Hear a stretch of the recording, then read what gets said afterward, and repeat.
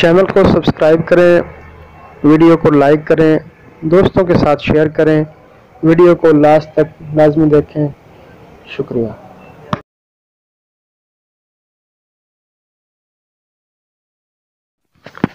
بسم اللہ الرحمن الرحیم۔ السلام علیکم ورحمۃ اللہ وبرکاتہ۔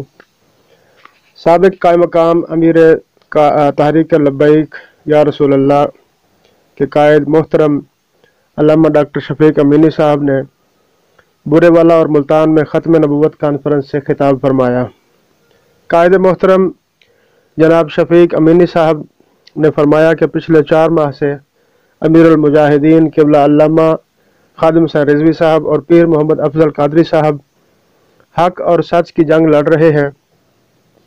قائد ملت اسلامیہ معذوری اور قید و بند کی صعوبتوں اور تکلیف کے باوجود پیارے مصطفیٰ کریم صلی اللہ علیہ وسلم کی ناموس پر کسی بھی قسم کی سودے بازی نہ کی اور نہ کریں گے۔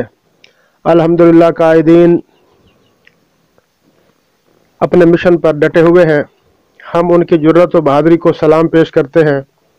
ڈاکٹر محترم شفیق امینی صاحب نے فرمایا کہ جب ہم پچھلے دنوں ختم نبوت پر پہرہ داری کے جرم میں جیل میں گئے تو قیدی ایک دوسرے سے پوچھتے تھے کہ آپ کس جرم میں آئے ہیں؟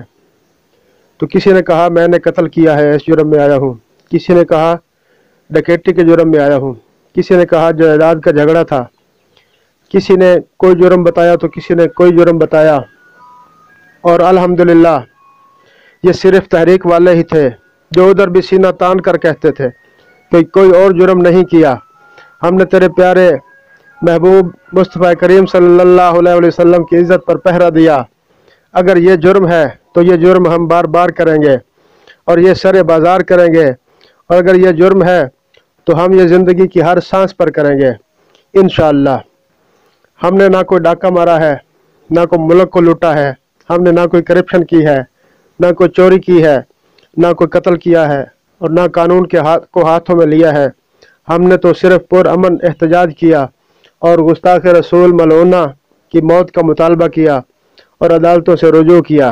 اس کے باوجود ہمیں غیر قانونی طور پر پابند سلاسل کیا گیا، اور ہم شکر ادا کرتے ہیں اللہ تبارک و تعالیٰ کا جس نے ہمیں اپنے مصطفیٰ کریم صلی اللہ علیہ وسلم کی ختم نبوت پر پہرے دار بنایا۔